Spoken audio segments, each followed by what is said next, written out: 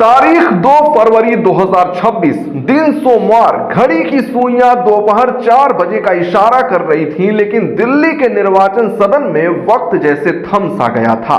Lutyens Delhi की वो सड़क जहां आमतौर पर सन्नाटा पसरा रहता है, कल वहां एक ऐसी आंधी आई जिसने न सिर्फ चुनाव आयोग की दीवारों को हिला दिया, बल्कि साउथ ब्लॉक से लेकर नॉर्थ ब्लॉक तक, जी हां, सीधे प्रधानमंत्री नरेंद्र मोदी और गृह मंत्री अमित शाह के पावर कॉरिडोर में हड़कंप मचा दिया।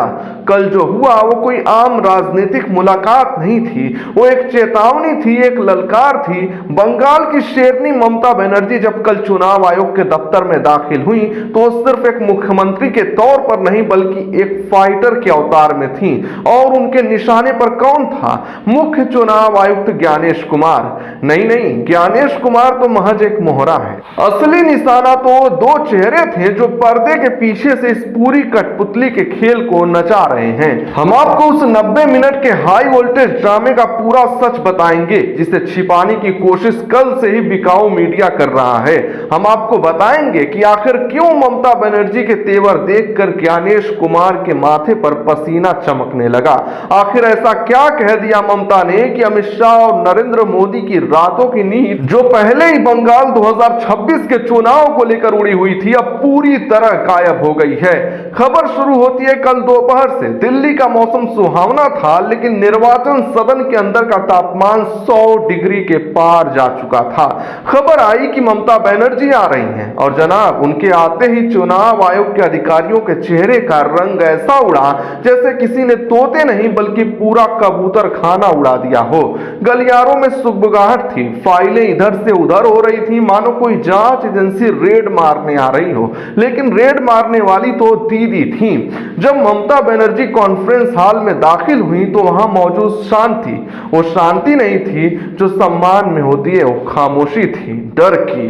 सामने बैठे थे मुख्य चुनाव आयुक्त ज्ञानेश कुमार, वही ज्ञानेश कुमार जिनकी नियुक्ति पर पहले ही सवालिया निशान खड़े हैं, वही ज्ञानेश कुमार जिन्हें अमित शाह का सबसे भरोसेमंद सिपहसालार कहा जाता है। याद है ना आपको? ये वही ज्ञानेश कुमार हैं जिन्होंने गृह मंत्रालय में रहते हुए कश्मीर में धारा 370 हटाने का ब्लूप्रिंट तैयार किया था। अमित शाह के इशारे पर फाइलें मूव करने वाले बाबू आज देश का लोकतंत्र चला रहे हैं। विडंबना देखिए, ममता बनर्जी ने कल वहां कोई डिप्लोमेटिक बात नहीं की, उन्होंने सीधे ज्ञानेश कुमार की आंखों में आंखें डालकर वो कड़वा सच बोल दिया जो दिल्ली का कोई पत्रकार बोलने की हिम्मत नहीं करता। ममता ने टेबल पर सबूतों का पुलिंदा पटकते हुए पूछा, मिस्टर कुमार, चुनाव आयोग है या बीजेपी का एक्सटेंशन ऑफिस? जरा सोचिए, एक मुख्यमंत्री देश के मुख्य चुनाव आयुक्त से पूछ रही हैं कि आप निष्पक्ष हैं या कमल के फूल की पंखुड़ी हैं। ममता का सवाल सीधा था, बंगाल में वोटर लिस्ट के साथ जो आप खिलवाड़ कर रहे हैं, जो स्पेशल इंटेंसिव रिवीजन के नाम पर खेल चल रहा है, उसका स्क्रिप्ट राइटर कौन है, आप या 7 लोक कल्याण मार्ग?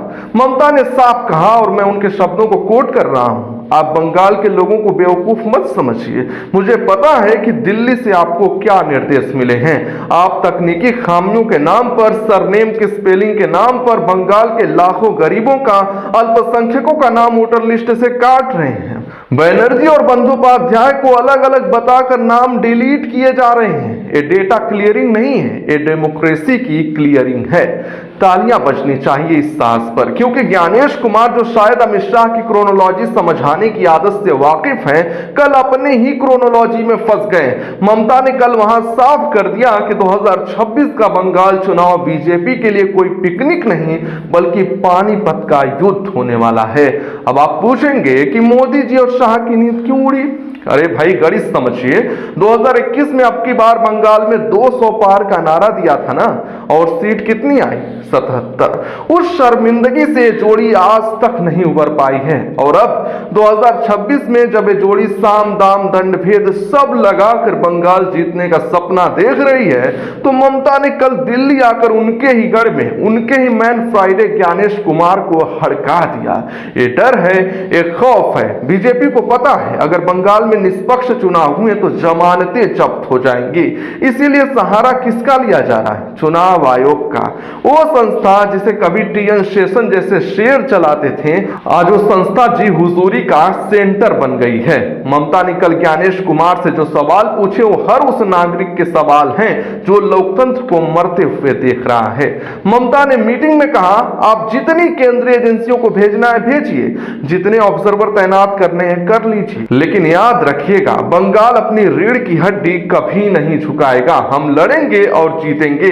अगर कोई नहीं लड़ा, पूरे देश में सब चुप हो गए, तब भी मैं लड़ूंगी। और अगर आपने एक भी असली वोटर का नाम काटा तो दिल्ली की ईंट से ईंट बजा दूंगी। ये मेरी चुनौती है। सूत्र बताते हैं कि ममता के जाने के बाद ज्ञानेश कुमार ने तुरंत एक फोन घुमाया। किसे? ये हम नहीं कहेंगे, आप समझदार हैं, लेकिन अंदाजा लगाइए उस फोन पर क्या बात हुई होगी। शायद यही कि साहब प्लान लीक हो गया, बंगाल वाली दीदी को सब पता चल गया है। और उधर से क्या जवाब आया होगा? शायद सन्नाटा, क्योंकि जवाब तो उनके पास भी नहीं है। दोस्तों, कल की यह घटना सिर्फ एक मुलाकात नहीं थी, इस बात का सबूत है कि खेला होबे का पार्ट 2 शुरू हो गया है। और इस बार खेल का मैदान कोलकाता नहीं, दिल्ली है। ममता बनर्जी ने कल बीजेपी की दुखती रग पर हाथ रख दिया है। वो जानती हैं कि मोदी शाह की जोड़ी चुनाव आयोग के कंधों पर बंदूक रख कर ही चुनाव लड़ सकती है। और कल ममता ने वो बंदूक ही टेढ़ी कर दी। ज्ञानेश कुमार ममता के एक भी सवालों का जवाब न दे पाए। ममता ने मेज तक पीट दी और फिर जो हुआ, उसने दिल्ली की राजनीति में एक नया अध्याय लिख दिया। ममता बनर्जी बैठक का बहिष्कार करके बाहर आ गई। बाहर आकर जब उन्होंने मीडिया से बात की तो उनके हर शब्द में एक चिंगारी थी, एक ऐसी आग जो दिल्ली के सत्ता के गलियारों को खाक करने के लिए काफी थी। हमें अपमानित किया गया, हम बैठक बायकॉट करके निकल आए हैं। मैं बहुत दुखी हूं। दिल्ली में लंबे समय से राजनीति में हूं, 4 बार मंत्री रही, 7 बार सांसद बनी। इतना अहंकारी और झूठा चुनाव आयुक्त कभी नहीं देखा। ममता ने ज्ञानेश कुमार को सीधे सीधे झूठा और भाजपा का दलाल करार दिया। ये आरोप कितने गंभीर हैं, इसका अंदाजा आप इस बात से लगा सकते हैं कि ये उस संस्था के प्रमुख पर लगाए जा रहे हैं जिस पर देश में निष्पक्ष चुनाव कराने की जिम्मेदारी है। ज्ञानेश कुमार को झूठा करार देते हुए ममता बनर्जी ने कहा, हमें कोई उम्मीद नहीं है, ये लोग भाजपा के दलाल हैं। ममता यही नहीं रुकी, उन्होंने सीधे प्रधानमंत्री नरेंद्र मोदी और गृह मंत्री अमित शाह पर निशाना साधा। उन्होंने कहा कि चुनाव आयोग एक स्वतंत्र संस्था नहीं है, बल्कि बीजेपी का तोता बन चुका है।